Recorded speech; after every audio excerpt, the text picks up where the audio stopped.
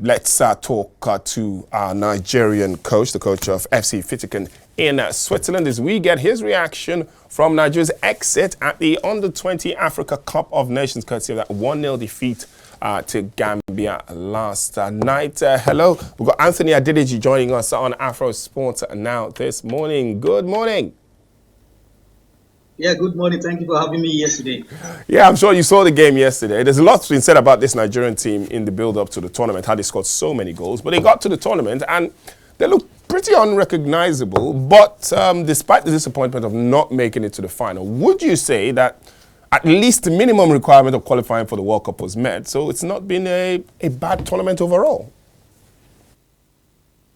Yeah, first and foremost, we have to congratulate the fellow Nigerians and the coaching crew, also the players, for qualifying for taking the ticket to go to the World Cup.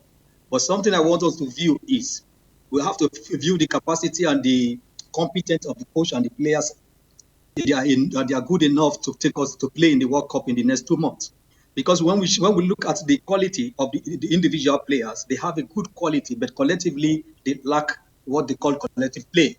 And secondly, how can a team be playing for 18 good matches, scoring 86 goals? When you come to the AFCON, you cannot be able to score goals the way you used to score goals in the friendly match. That is alarming.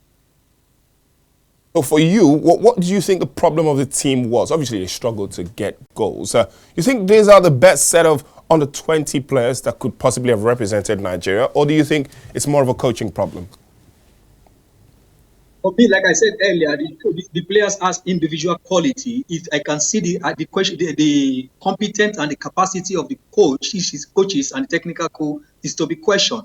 Why did I say so? You hardly see them play collectively. One. Secondly, the last match we played yesterday, you see for 95 minutes, the coaches are nervous. They don't have idea. No plan A, no plan B, no plan C to transit the match when they to change the situation of the game.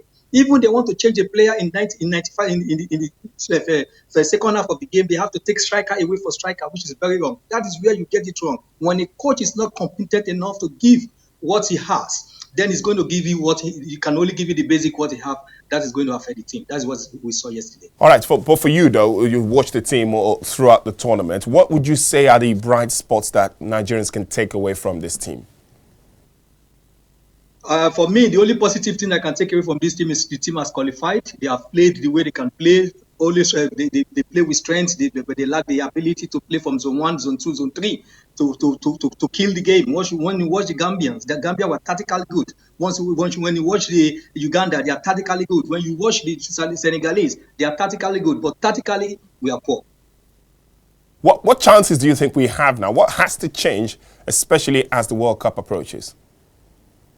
Many things have to change. First of all, we have to change some players in the team because none of the players can be able to transit to the Super Eagles. Secondly, if the coach is going to be there, he has to upgrade himself the next 2 months before the World Cup. Because if you remain with this idea that he has, this ideology is going to affect us again in the World Cup. Because in the World Cup, you're going to play against the best of best from every region, every country. And it's going to affect us. In Asia, in America, in Europe, in America, we have a good quality national matchup in under-20. Under-20 is a team that is the next level to the Super Eagles. And it's very, very, very, very sad. It's pathetic to see our national team under-20 playing this way. All right, you're a coach, so you probably see things that we don't see. In terms of the personnel, though, where have you been most impressed with for the team? And who are some of the individual players you probably think can make the step up?